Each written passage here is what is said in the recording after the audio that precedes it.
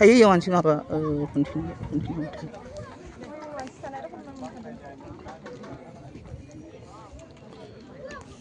दै दोंलाय दसन दै दोङो आइरन गोजा आइरन गोनां दै नै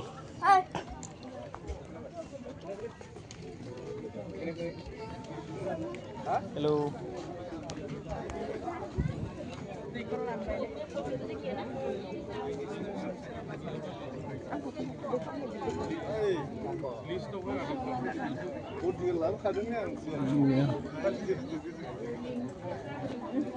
आरो जुथाखौ मा नुयो इसिं नामा जाखादों ओमफ्राय इखो मा खालामगोन इयाव हा सिफायनांगौ सिफायफिनगोन आरो थानोसो हामसो दैयाव ओमफ्राय जायगाफ्रानो हनै सासे मालिकनिसो नालाय माइ गायग्रा अ बानायखानानै सेफायनो बोरैबा ना अन्थावथावनो बेदर गोदार लाबोदोंलै नै गन्द्राय थांगोन ना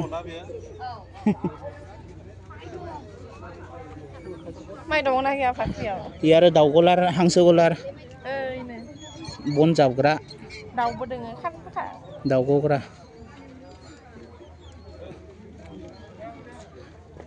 बेखौ बेदा होनो बेदा सिगांनि जानायाव सासेमोनलै नैयो लावथाय थख्राया माबाबो दोङो माइबो दं माइखौ ओरैनो दोनदो खासे मालिकनिनो आरो इन्दि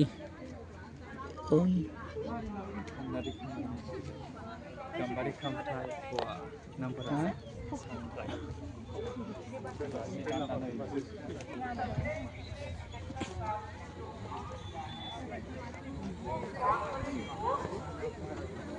मैगं थिलि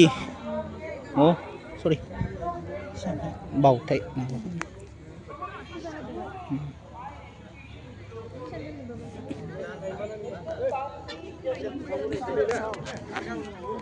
न'मा न'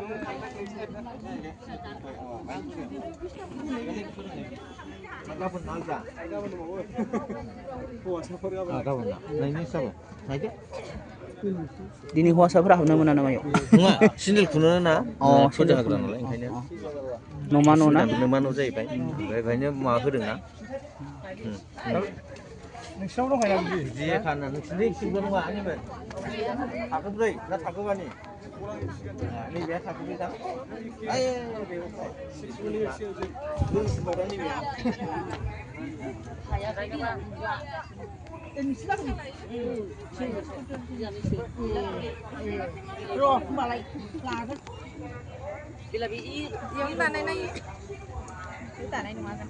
ओरैनो दिन्थिनायसो लाबोदों दखानफोर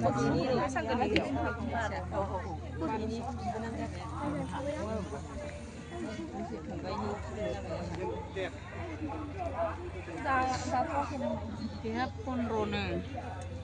बे गाननायनि लोगो बेहा